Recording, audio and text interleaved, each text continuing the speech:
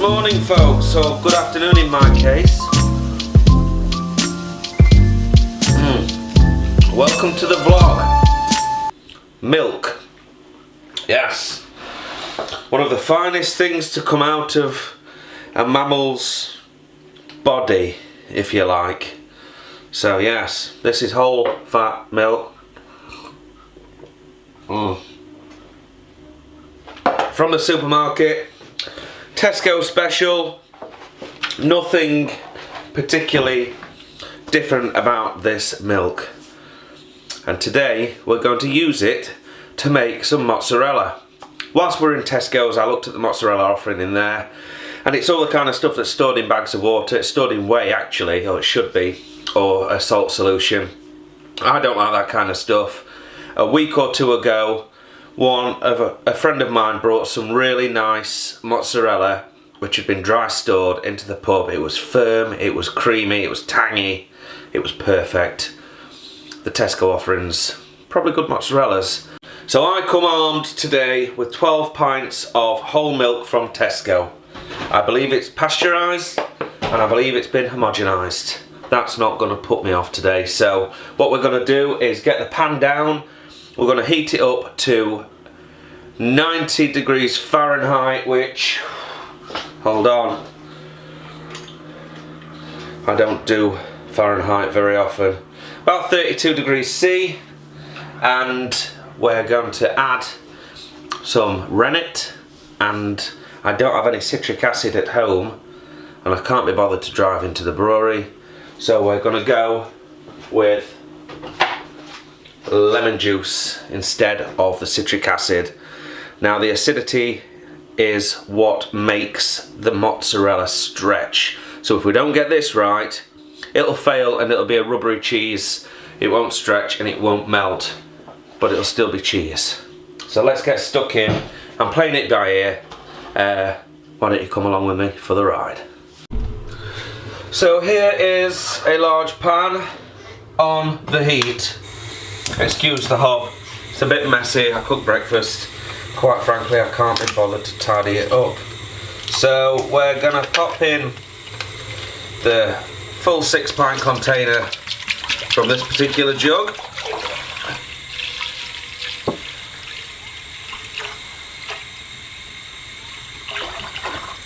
And then we're going to add a couple more things to the milk whilst we heat it. I've got the heat on underneath, but I've only got it on low. We're going to add now some calcium chloride flakes, which are these little fellas in here. Now these are to help the curd set a little bit firmer. So I've just taken a pinch, literally about 6 or 7 flakes, and I've dissolved it into this little bit of water. So we're going to pop that in there now. And then I'm going to add a further 2 pints of milk out of this carton. So that should take us to around a gallon of milk. Hopefully we'll achieve around a pound of cheese. And then what I'm going to do is gently bring the temperature up to 90 degrees F, or around 32 degrees centigrade. And as soon as we've hit that magic number, we're going to be adding some rennet and some citric acid. Not citric acid, lemon juice. I don't actually have any citric acid, so lemon juice it is. So we're nearly there actually with this. We're just a couple of degrees away. So that'll probably get there by the time I finish stirring. So in here we have 10 tablespoons of lemon juice. So that's in. And also in here we have half a teaspoon of rennet. It's animal rennet. So they are now in. So this is where the cheese making process happens proper. We need to get this fully blended before the curd starts to form, which won't be long at all. So you should be doing this gently, but I've added a lot of citric acid there, so I wanted to give it a good stir. Let's have a look at what temperature we've hit. That is 29, 30 degrees. Let's give it a little burst of heat. and you can see it's actually already starting to firm up. You can see if I lift it, there's a little curd there already. So I think that's enough heat. So what we're going to do, you see that? If I just zoom right in, you can see the curd starting to form. So we're going to go away now, and we're going to leave this for 10 minutes, maybe 15, to set up dead firm. So we're back several minutes later, and as you can see, we've got a curd, but it's not set really silky. I've got to put that down to the fact that I've got old rennet and homogenised milk. So now what we're going to do is just cut the curd into about 1-inch cubes, like a checkerboard pattern all over the top, making sure to go all the way to the bottom and up the side of the pan.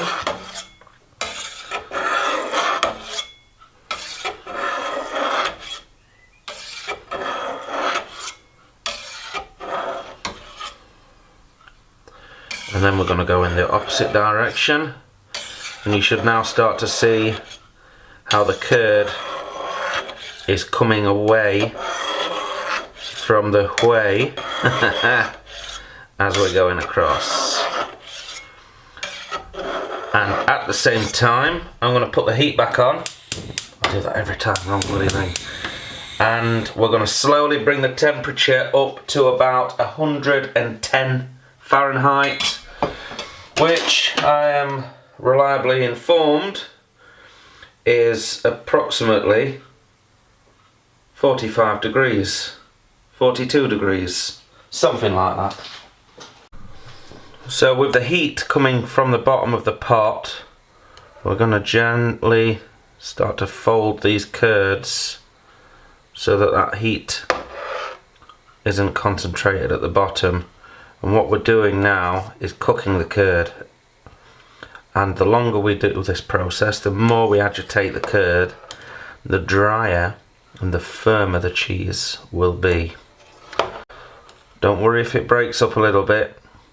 Further down the process, we will be scooping this out anyway to create a lump of cheese when we take it out and away from the whey. And we're going to be squeezing it all together. So the more we knock about the curd at this stage, the more whey is going to be released. Like I say, creating a drier and a firmer mozzarella at the end of the process.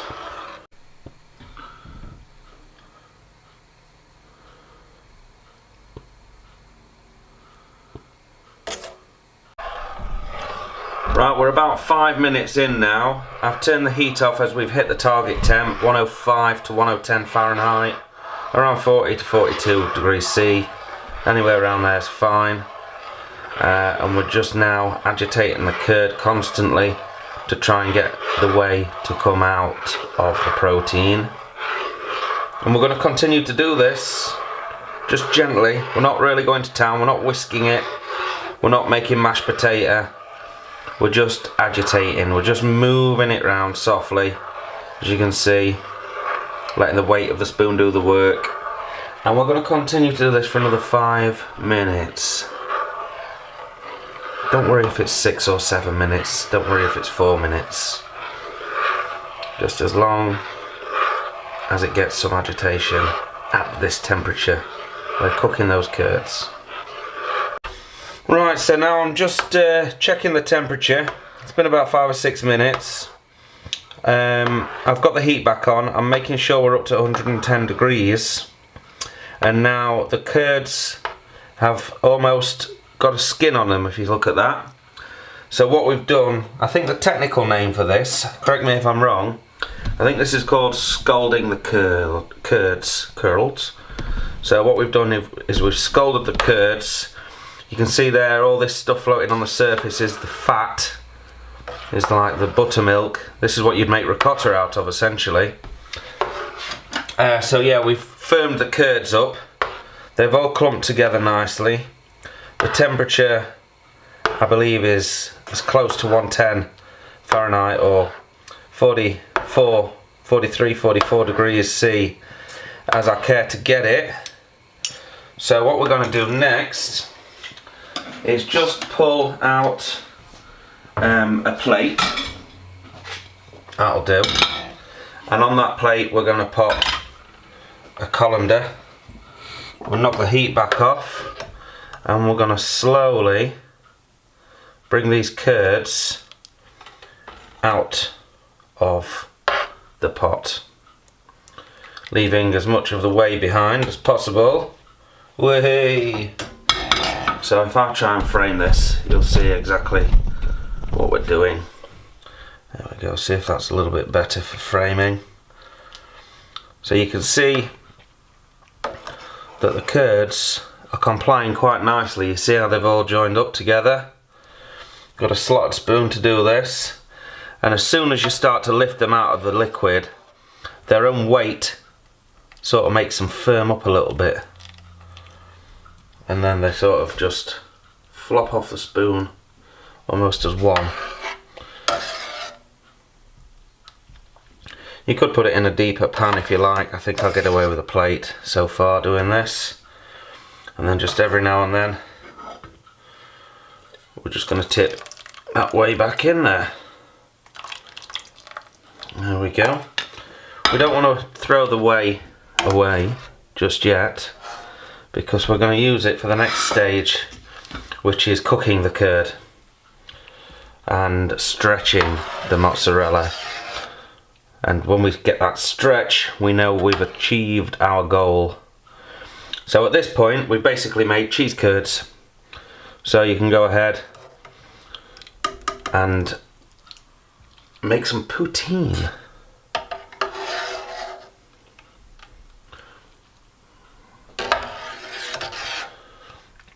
So when I've got all of these curds out, I'm also going to sprinkle over the top. I'll probably do it now actually. About half a teaspoon of just table salt. They always say cheese salt or kosher salt. Just get the regular salt onto it. Don't worry too much about it. Let's see if we can get some more chunks on there. There we go. So that's salted.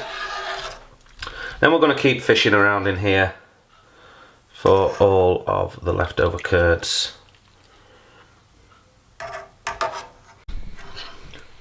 So I've just popped the heat back on the main ring, and we're going to take the whey now. We've almost got all of the curds out of there.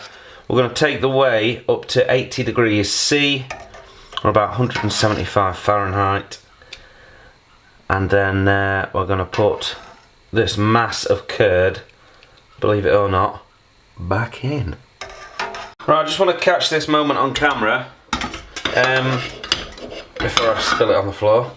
So I'm just going to turn the curd over in the colander, and you can see there exactly how firm it's become now.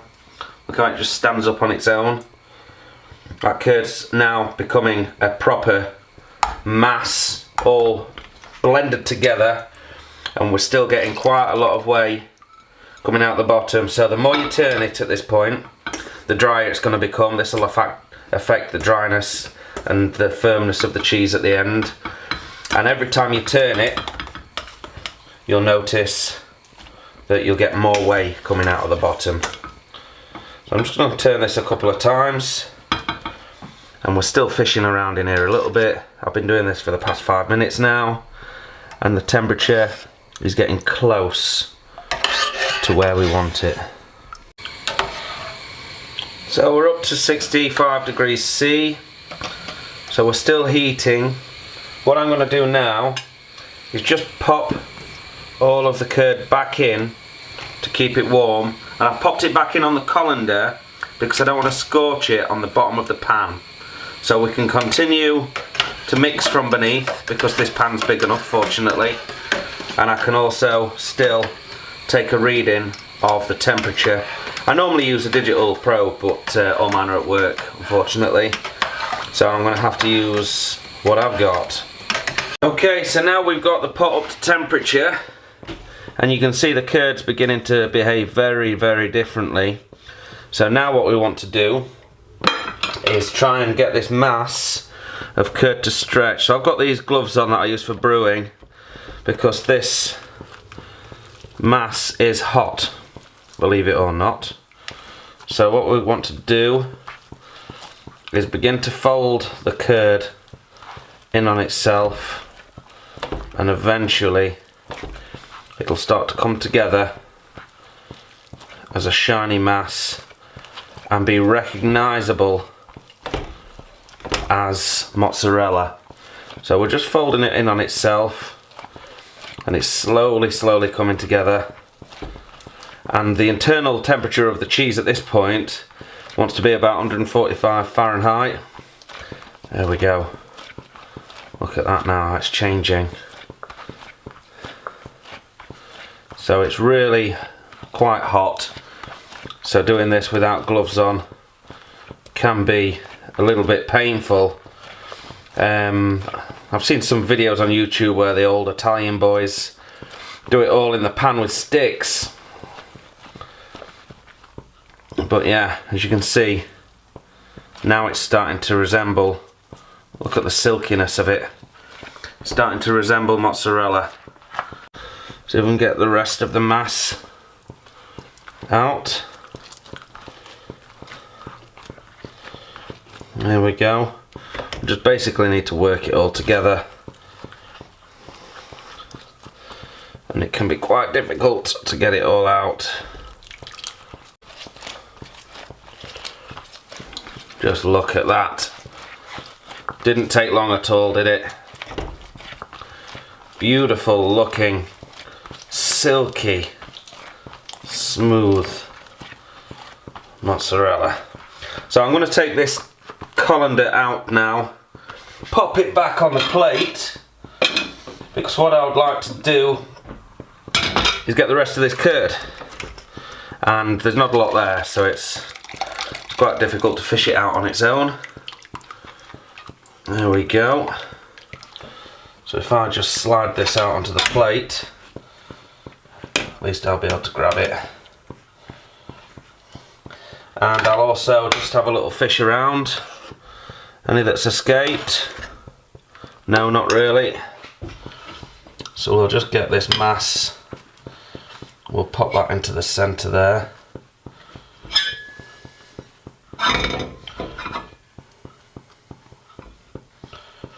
There we go. We'll push him in, and then now he's in the middle, we can start to work it again. Here we go. So like I say, the more you work it, the drier this mozzarella is going to become. So you don't want to overwork it. I am actually overworking it a little bit here, which is probably not the best move. Just pop it back in to heat it back up a second. So as soon as I've achieved a shape that I'm happy with, which is pretty much that fella there, then what we're going to do is bring in some cold water. You can put ice cubes in this if you like, and we're going to plonk him right in the middle, and that will then help that mozzarella hold its shape. Just take the gloves off for a second. So the mozzarella will now hold its shape whilst it's in there. We can turn the heat off, and we're going to give that 10 minutes to cool down, and we're going to come back and cut open a slice. Yes, I know, I've dressed the board up a little bit, but why wouldn't you? Look at that, for a beautiful piece of mozzarella cheese. So I'm going to enjoy this with a nice slice of wheat and spelt crusty loaf and a wild card India Pale Ale, some vine ripened tomatoes. So first things first, let's get a piece of this bread.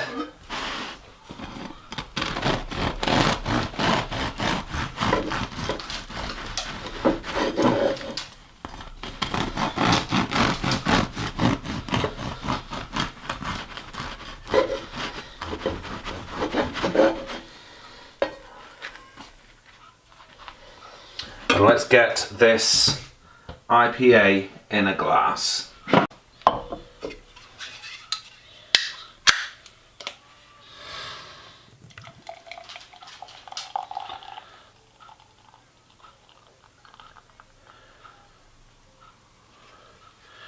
How's that? And then let's cut into this beautiful looking mozzarella. Oh, look at that, folks. It's firm, it's dense, it's not too dry. Looks really good. And then let's also chop a tomato up.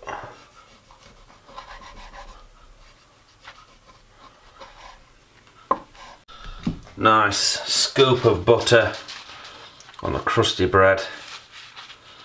Oh baby. Oh baby doll. Well, I suppose first thing I should do, to be fair, is taste it on its own.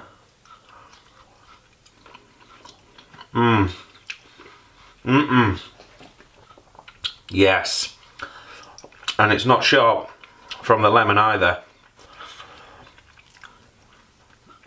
We'll pop a piece on there. We'll pop some tomato on top. And then what I'm going to do, I'm just going to hit it with a dash of salt on the tomatoes. And just a little dash of pepper. Let's go in for that. Look at that.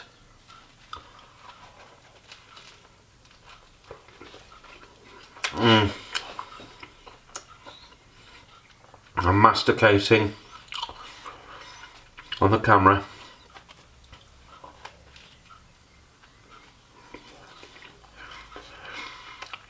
That truly is wonderful.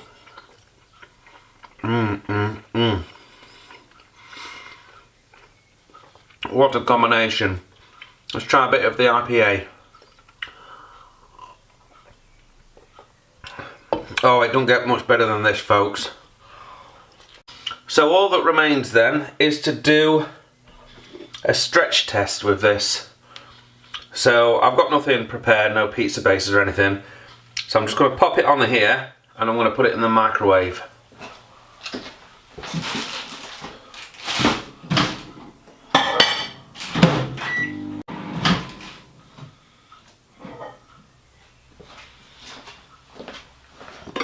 Right, let's see if that's enough. It's been nuked for 15 seconds.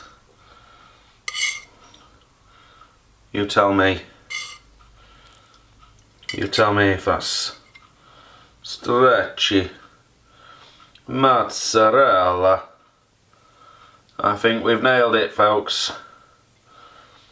Check it out. I think we've nailed it. Oh. Oh my gosh. Oh, it's hot. So there we go. That's how to make mozzarella in an hour or so at home with minimal ingredients. We'll see you next time.